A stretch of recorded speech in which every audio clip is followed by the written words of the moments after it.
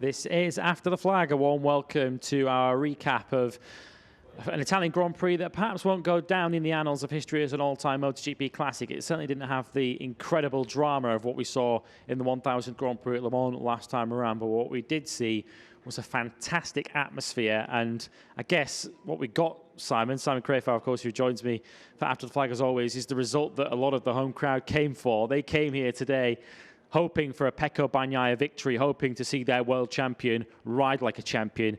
Boy, did he do that. I think they'll be happy with that, but wondering what happened to Bez, because I am. And I really thought Marco Bezzecchi could do what he did yesterday again, you know, like chase. And I really didn't know how close, but it didn't happen. So we'll have to wait for his debrief tonight to find out what did happen. But what did was, I think, an amazing ride from Pecco. He went out on the medium, and I thought that he would struggle to control it, meaning control the race like he did, but he didn't have any trouble. A part of it I'm putting down to Jorge behind him managing the soft tyre, and also Alex Marquez trying to manage it, which means they can't, you know, go as fast as they can on it because it won't last the race. So I think it's just another example of him not only managing everything well, but choosing the right things and putting it all together. You know, I think he did that perfectly. Really did. I mean, the whole weekend he did. He looked amazing from practice one right through to the last lap of this race. He seemed to have everything under control through most of the weekend. He opted not to run that soft rear tyre in practice one, which again was immediately a sign of confidence. He was very clear right from the start of the weekend that the injury that he was carrying to this weekend, which sees him hobbling around the circuit and around the paddock here, isn't inconveniencing him on the bike, and that was borne out by what we saw this weekend. And you can just see, it's generally true about all world champions, but you really see with Pecco Bagnaia, he's at his most comfortable when he's at the front. When he's a front runner in a Grand Prix, he's just so good at managing that gap, managing the race. And despite the fact that Jorge Martin was within a second of him for probably 2/3 of that race, you never really got the feeling that he was in any position to really launch an attack on Bagnaia. Bagnaia seemed to be managing the gap. Yeah, I mean, I think if Jorge could have early on, but then I imagine this man could have responded as well. You made a very good point there about Pecco not running the soft tyre in practice one. He was well down, and even in the teens, he was outside the top 10, and he just focused on his homework for today, you know, and today it paid off. And I think it's hard to do that, to have the confidence to do it, and he did. For two people who've enjoyed a bit of barbecue this weekend, we're also big fans of Pecco Bagnaia's celebration following the Grand Prix as he pulled in front of his own fan club down at Scarperia, a little impromptu barbecue and a hot dog for Pecco Bagnaia. He's enjoying plenty of those this season. And I must say I was jealous I wasn't the chef. Yeah, it certainly made me feel rather hungry as we were getting ready to come off the air. But what I said as he was coming around there as well, it was a slow down lap where he was taking in all the applause of the home crowd. Pecco Bagnaia perhaps hasn't necessarily stood out for mainstream viewers as a superstar. He maybe doesn't get the mainstream press that Marc Marquez gets, that Fabio Quartararo sometimes perhaps gets, and of course what Valentino Rossi had in the past. But Pecco Bagnaia, and I think this was wise for him, he was really taking every opportunity to let this sink in, let the enormity and the applause that he's getting from the fans sink in, because as we always say, everything's cyclical in motorsport. You'll never see these eras of dominance last forever. So Pecco Bagnaia was making sure that he enjoyed every last second of this. It's also, you're right, but it's also a dream of every Italian rider to win this race, and good on him for letting it soak in. Yeah, let it soak in. Jorge Martin then was the nearest challenger in second place. He's in a really good vein of form at the moment, isn't he? Back-to-back sprint podiums and now back-to-back Sunday podiums as well for Jorge Martin. We said at the start of the season that we thought the sprint format would certainly play to his strengths, but he's much more than just a sprint merchant, isn't he? He's now had back-to-back second places on a Sunday. And at this stage, with Pecco Bagnaia leading the World Championship, Marco Bezzecchi is his nearest challenger, but you can't rule out Jorge Martin at this stage. No, I mean, Jorge is doing what I hoped he would do. I knew he had the potential to, and as you know, I've been a fan of his for a while, and it's great to see him do it. He made a couple of mistakes, US, but now he's got that sorted, the bike sorted, and I think he can do it regularly. And a great afternoon for Pramac Racing. Second for Martin and third for Johann Zarco. We can hear from him live now with Matt Birt. Yeah, a very happy Pramac Racing's Johann Zarco. Johann, it's never easy to fight for the podium in the sprint and the main Grand Prix from 9th place on the grid. That's exactly what you did. Looking back, I guess this feels like for you just a weekend that was nothing but positive. Awesome weekend. Was really nice to fight for the podium already in the sprint race, and I knew for the long race with the medium rear tire I can be a bit more competitive because looking at the lap times during the practices, I was quite good on the medium rear. But starting in third row is always a bit tricky. If you miss a bit the start or if you don't do it perfectly, then you have to fight a lot. Today I got to fight a lot and be very focused from the beginning till the end. I've been really impressed by the pace of Marini and Alex Marquez. I could not really catch them easy or fight with them, but I had to wait a bit to get the advantage. And then I knew Jorge is with the rear soft, and he was not dropping too much the pace. So 4 laps to the end, I did my best to catch him, but I was sliding also a lot. And getting focused to catch him was also a good way to skip away from Marini and save the 3rd place. Like you said, a pretty intense fight with Alex Marquez and Luca Marini. Luca obviously was desperate to finish on the podium in front of his home crowd. Where did you feel like in those sort of final few laps that you had the advantage? It's pretty tough. I know that I'm used to be strong in acceleration, but when the tire drop, you try to be fast in acceleration, but you spend a lot of energy on the bike. So I really try to keep some energy to really did the best on the last 2 laps. And also looking that I can catch few meters on Jorge was a nice motivation. So I was pushing. Marini stayed behind me for at least 2 laps, and the last 2 laps I got a little advantage that gave me this confidence to stay 3rd. You've had a real strong start, particularly on Sundays to 2023, Johann, and now we go to the Saxon Ring where you were 2nd in the race last year, so a different track, completely different track to Mugello, but you go there with a lot of confidence. Sure. Last year was a fantastic experience to be 2nd. I guess Marquez will be the one fighting for the victory in Saxon Ring because since he came back, he's always fast on each track, even doing few mistakes, but he is there. So I guess in Saxon Ring he will be even stronger. But there's some space on the podium to fight with him, and I hope to have this good feeling, keep pushing on this confidence that we are finding with the team, and more we control the bike, better will be. Great weekend for you and the team, as you mentioned, Joe, and a very special podium here in Mugello as well, in front of that amazing crowd. Very well done. Merci.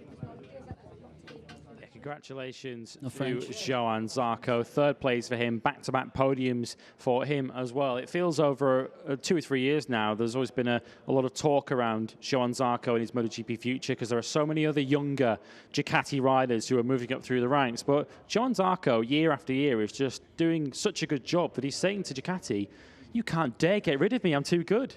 Yeah, and the strange thing watching this year, you'd think of a rider that's been at Ducati a few years and has a lot of experience, you'd think he'd come in and hit the ground running. But what I've seen this year is he struggled to find his way and set up and ride the bike, get the bike comfortable so he doesn't use too much energy and he's competitive for the whole way. But what I've seen lately is he's found that, and we're really starting to see the results. If he keeps this way, and he's explaining to us that it is finding how to use the bike and the setting and working with the team, he's going to get more and more dangerous. Double podium for Pramac Racing, who now lead the team's championship, and a 2nd consecutive Sunday podium for Jorge Martin, who's with Matt Birt. Yeah, thanks a lot, Lewis. So very happy Jorge Martin standing in front of us. Jorge, I don't think you need to be worried about coming to Mugello anymore. What a weekend. Exactly. The podium in the sprint yesterday and a very hard but hard-earned podium in the Grand Prix today. What a great weekend for you and the team. Yeah, I was really worried about this track. I was all three weeks before of the race thinking about last season. That was really bad. But you know, first practice I was fast, and from that moment I felt great. For sure, I was all the weekend behind Pecco. like 2-3 tenths. But I think for today we closed that gap. Maybe for sure not for the win because he was unbeatable today. But I mean, my target was to be on the top 5, and we are second today. So I couldn't ask anymore. Super happy. Was one of the toughest races I think of my life in terms of physical condition because with the soft rear the bike started shaking a lot. Was really physical, but I did it till the finish line, and finishing in the second position is amazing. You put so much pressure on Pecco, particularly in the first half of the race. You were trying to make that soft tyre work. Did you feel at any stage that you were going to be able to get close enough to attack him, or was he just too good on the day? Yeah, I knew at some point the rear tire was going to drop. And in the moment I thought that I had some possibilities for the win was the moment that I felt the drop. So, yeah, 12 to go, I think, was the moment that I start having how can I say, movements and almost crashing at some point on the rear. So then I say, okay, it's not possible for a win. I just will try to keep the distance with Pecco, try to keep the guys behind 2 seconds or more to finish on the podium. And finally, yeah, I did it. The last 2 laps were difficult because Zarco was coming really hot. But yeah, finishing second is unbelievable. The last 2 races, Jorge, you've been on the podium in both sprints and both Grand Prix. Yep. Now you're coming right in the championship contention. It was very important after Le Mans to continue that momentum, continue this good run. So you must be really satisfied that you are building that confidence and building that momentum, as we said. Yeah, not only Le Mans, but also from Jerez. I feel like finishing the top 4 every race, this is the most important. For sure in Austin I did a mistake, but without Austin I will be maybe on the podium for 6 in a row, no? So I mean, also there I feel solid. I feel like we did a step of this consistency we were looking for last season, and yeah, the package is better for sure than last season, and we don't touch the bike, it's the bike we have, and just trying to improve the riding style. Great job today, Jorge. Thank you. The only rider on that podium on that soft rear tyre. Fantastic. We'll see you in Germany in a few days. See you soon. It's a good point he makes, isn't it, Simon, that his recent consistency stretches back much further than just the last race at Le Mans. Top 4 in both races, the sprint and the race itself at Jerez as well. And, of course, he could quite easily have been up there in both races that we saw in Austin as well. Of course, he was up on the podium in the sprint from a pretty lowly position there, taken out on the opening lap, or was involved in an accident on the opening lap, which he instigated with Alex Marquez. Consistency is what we've always been looking for from Jorge Martin. No one's ever questioned the talent. No one's ever questioned the speed. The consistency now looks like it's joined as well. Yeah, and together with what you just said, and his management of the tyre. I mean, he just did probably the most difficult job out there, making the soft. Not many people wanted to attempt it. Make the soft go the distance, and that proves he's got the management ability as well. So I'm so happy for him because I've believed in him for a long time from the moment he came to MotoGP, and he's disappointed a couple of times in their way, and I got worried that he made the same mistake too often. But I'm so happy that it's coming together for him because for no other reason that I want to see him reach his potential, and I think that potential's very high. One last thing I saw in that slow-mo, it was a perfect shot of the side grip going down on the soft tyre. It happens, doesn't matter what brand of tyre, and what class of racing. If the tyre's soft, it gives you that advantage with the side grip to get it turned, but you see it drop off, and he was fighting, it was coming around. But great job by Jorge. Well, there's only one person that we need to hear from now, and that is the Italian Grand Prix winner. This must be one of the sweetest days of Pecco Bagnaglia's Grand Prix career. Winner of the Italian Grand Prix, he's with Matt Birt. Yeah, Pecco Bagnaia, the reigning world champion, has had some special moments in his career, some special weekends, but there has to be right up there, Pecco. Pole position, the win in the sprint yesterday. You know what it takes to win the Grand Prix, but that one just felt even more special than last year. Is it perfection from Pecco here in Mugello? For sure, the best weekend so far this season. Pole position, the wins in the 2 races, so very happy with everything. My team have done a really good job. We did a really good job. My team at home, my entourage did an enormous job with me at home to let me prepare well and get ready for this weekend. So my physiotherapist have done a really good job, like my trainer. And then very happy to see again the Mugello in the past, because looking around the track was incredible. a lot of people, a lot of flags. I really enjoyed the weekend. Yesterday singing the anthem when we were doing the podium of the sprint.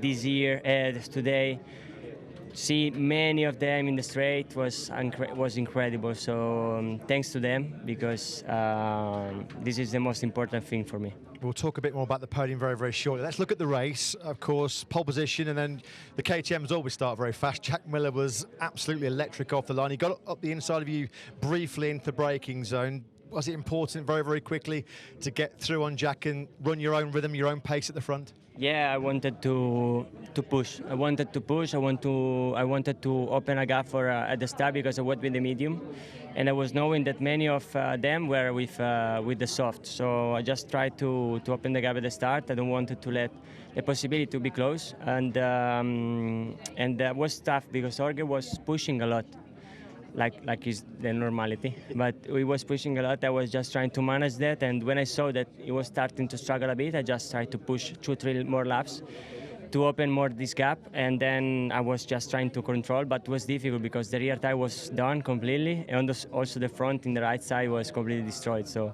it wasn't easy. You made it look easy. We know it wasn't, but we have to talk now about those post-race scenes. First of all, the barbecue in front of your fan club. How good did the hot dog taste? Really good. The best hot dog in the world, for sure. But my fan club always is fantastic. Like, they arrived here with a mascot of me, and they were going around the paddock. Just coming to congratulate Pecco is Marco Bezzecchi. You had quite a difficult race day in 8th place. Back to the hot dog? Yeah, they were with this mascot going around the paddock with the Bluetooth soundbar, and it was incredible. Looking the people dancing, being happy with them, so they are fantastic. And just before we let you go and wash that hot dog down with some more Prosecco, talk us through your emotions, that special feeling of standing on that podium here in Mugello in front of that crowd. Like you said, it was like a flashback to the old Mugello, the Mugello that we love, chanting your name, ole, ole, ole, Pecco. That must be so, so special for you. It's always like this. You can be criticized always, but where? On social media. Then you'll be on track and you see that is unbelievable. For me, it's the best things ever. It's first time for me to see. It's the first time for me to see that, and this is the true fun. This is the true the things that most are important. So for us, for me. So I'm very happy to see that, and I'm very happy to let them enjoy, because today I think that they can be happy with what they saw, so very happy for that. You said it was the first time you saw that. I don't think it's going to be the last time. Pecco, you rode like a world champion. You've spoken like a world champion. Huge congratulations. Well done. Enjoy the celebration. Thank you very much. Thank you. Yeah, congratulations to Pecco Bagnaia, who really is riding on the crest of a wave at the moment in MotoGP. It's difficult at this stage to see where the main challenges are going to come from, except from maybe other Ducati riders. But interesting, looking ahead to the Sachsenring next weekend, that's going to provide a very different challenge to everybody out there on the grid. And it's not necessarily a circuit that plays to the strengths of Ducati. It's an awful long time since they've won there. That's a really good point. Before we go to that, I want to add, you guys were saying he really is a deserving world champion. He really is. He rode so on form today, and he really is a nice bloke. And next time something comes up on whatever it is the press bring up, whatever, give him the benefit of the doubt before you think, because he's not stupid. He's I think some of his words got twisted in the last one. He's an excellent guy, so please do me a favor and give him benefit of the doubt if something else comes up. Sachsenring, he was fast there last year, and I think the Ducati's only got better. He has only got more experience.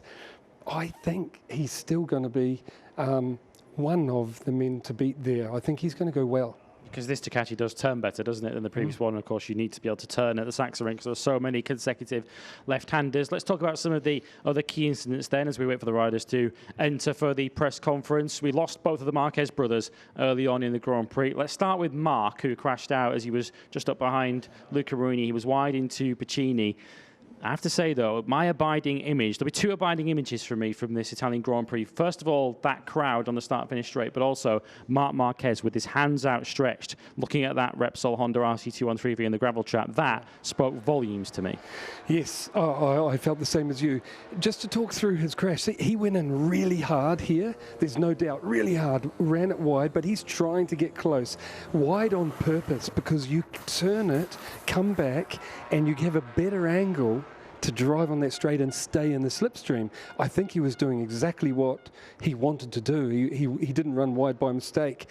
And that is the first time, I think the first time that I've seen genuine frustration boil over to the point where he's doing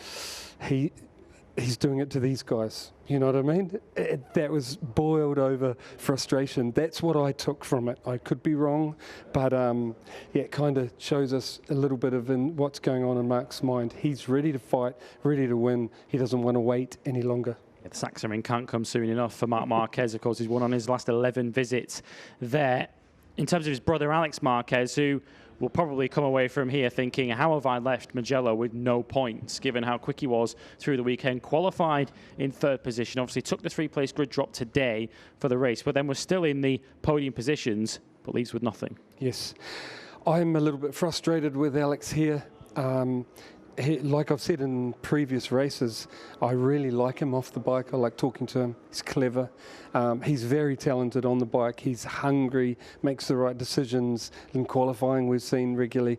He didn't here. I mean, I saw at least 3 on camera where he went too hot, and it might be his line. You know, go in really hard into turn 1, go out a little bit, come back, and then run into someone who he's left the door open for. And Brad Binder got a long lap penalty for that, you know, yesterday. And I think if the stewards were watching, he did it a couple of times again today. Like, runs wide. Jack Miller was one of them. Jack's going, what are you doing coming back onto my line, you know, running into the side of me. So I'm just a little bit frustrated with him, but also for him. It's kind of like the Jorge thing I spoke about before. Alex is not realising his potential yet, but I think it'll come. I think he'll sort it out. He's a clever boy. This was a disappointing one, but I still believe he can win a race. Yeah, because he's certainly quick. We also saw Luca Marini inside the top 4 today. It was a 1, 2, 3, 4 for Ducati. Given the pain that Luca Marini came into this weekend with, he's got to be so happy with the top 4, as much as there must be a tinge of regret that he's not on the podium at home. Yes, I have to apologise. I had a complete brain thing because something came into my head. Who? Luca Marini. Luca Marini. He did an amazing job. He came in here with such an injury that the first day he didn't know how he would last the sprint, let alone the long race, and he damn near got on the podium. You know, he did an awesome job, and I think he should be really proud. Imagine without the injury what he could have done. Brad Binder 5th, Jack Miller 7th, KTM again underlining their improvement in 2023. They were the nearest challengers once again to Ducati, but I guess did today reflect that they maybe still have a little way to go? Yeah, and I'll be honest, I said it on the commentary at the last race at Le Mans, because up until then we've had a little bit stop-start style circuits, and we've come here to one with long corners, and that is a different strength you need for your bike. And I was worried for them, you know, and I believe that it showed that they still have some work to do in that area to make it possible, because their riders are good enough to fight and get on the podium. We know the stop-start ones. I think KTM will go away from here and try to figure out what it is about the long turns. You know, maybe it's side grip turning of the bike to make it more competitive so they can fight both style tracks, because we've got lots of them coming up. You know, off the top of my head, Assen, Sachsenring, that is all corners, you know, but also Assen, Silverstone, Phillip Island, that they'll be hoping to fix that area to make their boys be able to get on the podium. A real story of contrast today for Aprilia. Aleix Espargaro finishing in 6th in the end, which when you look back in 3 or 4 years' time and see that Aleix Espargaro finished 6th at the Italian Grand Prix, that might not jump off the page as a great result, but that's a much better result than it looks given how he was feeling physically this weekend. By contrast, Maverick Vinales anonymous. Yes, Aleix, much like Luca Marini, not quite as good, but much like Luca. It's probably a more fresh injury, less time to recover because he only did it on Thursday. He did an amazing job. It just goes to show Aleix, always, love him or hate him, he always digs deep, doesn't he, on Sunday? And I think we haven't seen the best of him this year, but I think we will. Those long corner tracks I just spoke about, I think Aprilia, both their riders are going to have good races. But real sad. I don't know what happened to Maverick, but I still believe that he can do something special in these upcoming races. Fingers crossed for him. Very, very quickly, Yamaha as well. 10th and 11th today for Frankie Morbidelli and Fabio Quartararo, which, without being too blunt, is just about where they are at the moment. That's perfectly put. Perfectly put. For some reason, I can have a guess at it, but for some reason, Fabio isn't at the moment isn't capable of doing his magic that he's done the last couple of years to allow the Yamaha to have some results.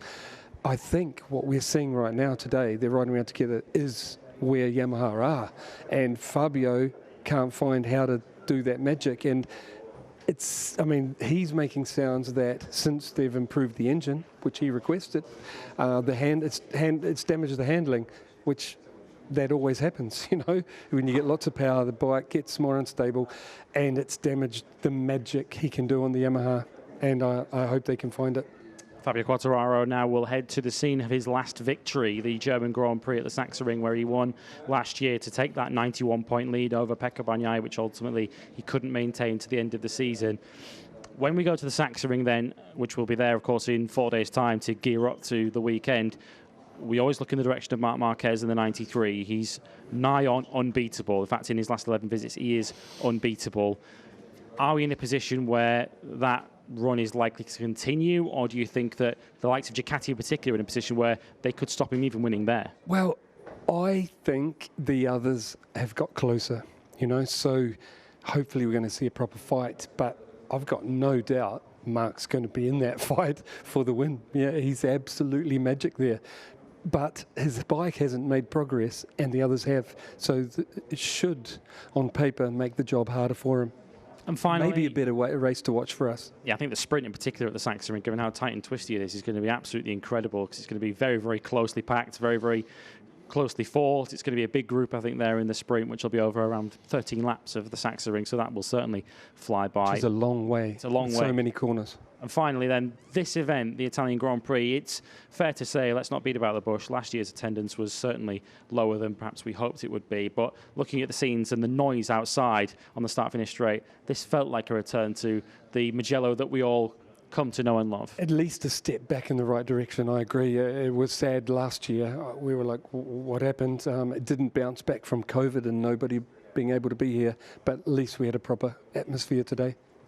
Well, next up then, it is the German Grand Prix at the Sachsenring. We will look forward to your company there. We will have the usual weekend coverage. We will gear up to the weekend on Thursday ahead of the official press conference before practice on Friday. Don't miss the Tissot sprint on the Saturday afternoon before the German Grand Prix as part of this really rapid triple header of races coming up next weekend. That brings it to an end for now. If you're watching us live, stick around because the press conference is coming up very, very shortly. If not, we will see you at the Sachsenring in a few days' time. Myself and Simon are off to Ducati for a hot dog. See you in the Sachsenring.